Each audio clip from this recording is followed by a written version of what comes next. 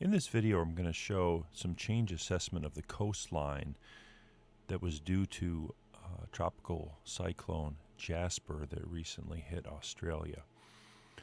To show this, I'm going to use imagery that was captured by Dr. Karen Joyce and was shared on the GeoNadir platform.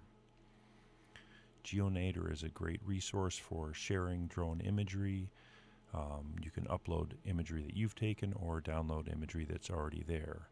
Here I'm zooming into the coastline of Australia north of Cairns in Queensland, Australia, or North Queensland, Australia.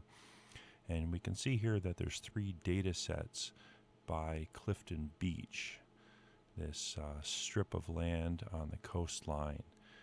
I found imagery from December 10th from 2023 and imagery again that was taken on January 2nd, 2024. That imagery was brought into Agisoft Metashape. Here we can see imagery from December 10th that was aligned within Agisoft Metashape. The alignment was done with the highest quality with 70,000 key points and 40,000 tie points. We can see that there is an issue though, and that the imagery is curved and the ground is curved as a result. That's probably due to a bad calibration that was computed through the software because only nadir imagery was captured. Some articles online that I found and just personal experience have shown that the imagery can be curved, or you can have these slowly varying issues with the ground that you get when you don't have any off-nadir imagery to help tie the imagery data set together. So despite the imagery looking pretty good here in this vertex colored model, locally the imagery looks just fine. We know that the imagery does have some essentially warping to it because of that side view that we looked at earlier. So the typical process you might use is to take imagery at 2 dates, stitch that imagery together, and then compare the imagery at the 2 dates. Here that would be tough to do at a very fine level of detail because the images are warped from one date differently from that at another date.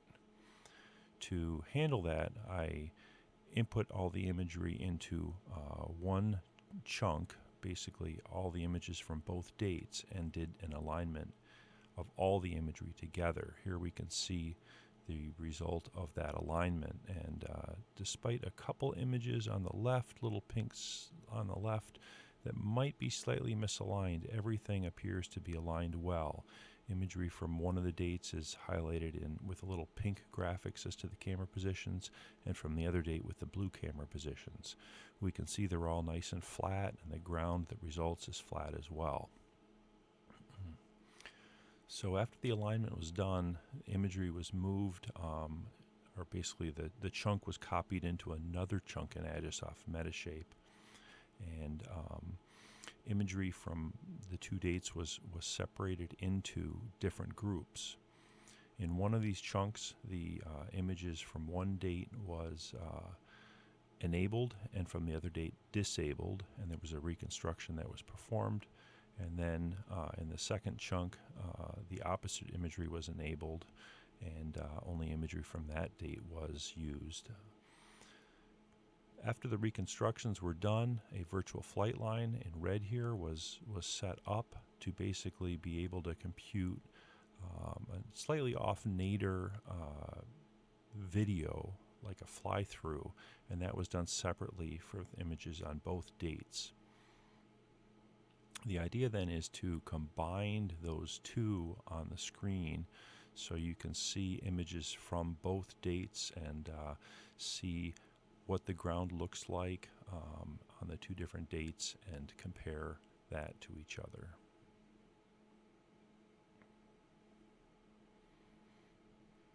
Here is the first comparison. This is one way to compare the imagery. So imagery is basically split.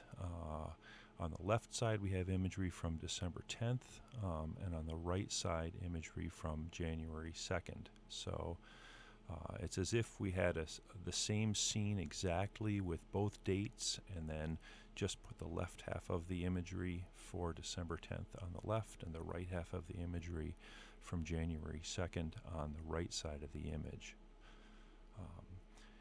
Using a slight perspective here in the virtual fly-throughs allows us to better appreciate the tree heights from the ground, and visualize the imagery, I think, better than you can in an only nadir or orthophoto sort of view.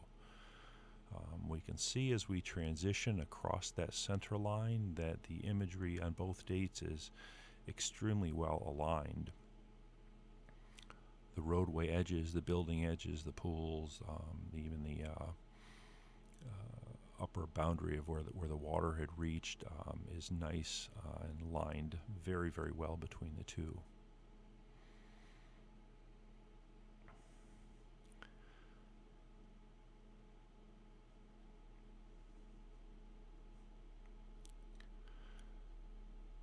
So as we go across, we can see changes.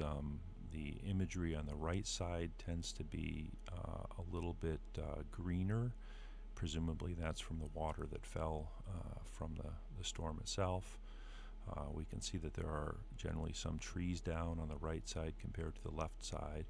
We can also see that the imagery on the left side, so from the 10th, isn't quite as clear in the vegetation. I'm not sure as to the reason for that. Maybe that's due to the wind.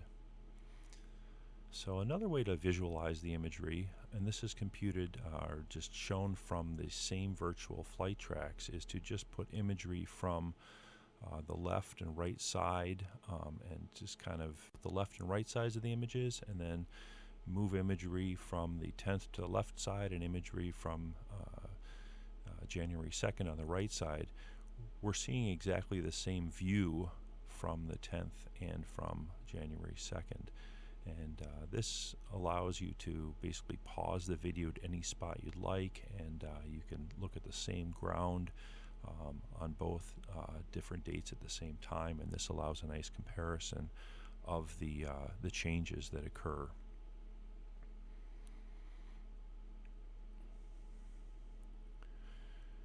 Again, in the virtual fly-through, I like picking something that's a little bit off nadir, and also something that is not done as sort of an orthophoto. I like to have some perspective in the image, because your eye is able to then visualize the differences between the trees and the area on the ground, and that allows a better appreciation of what's in the scene rather than just a flat looking image. Anyway, I hope this helps to give an idea of how one can visualize imagery from different dates, and drone imagery is a great way to do that, as it's very high resolution and can be captured even under cloud cover. So GeoNadir is a great platform, and here I just wanted to use some of the imagery on that platform to show how you might compare what's happened across two different dates here, with Tropical Cyclone Jasper occurring in between. Hope this has been helpful to show one mechanism to look at the imagery. Thanks for watching.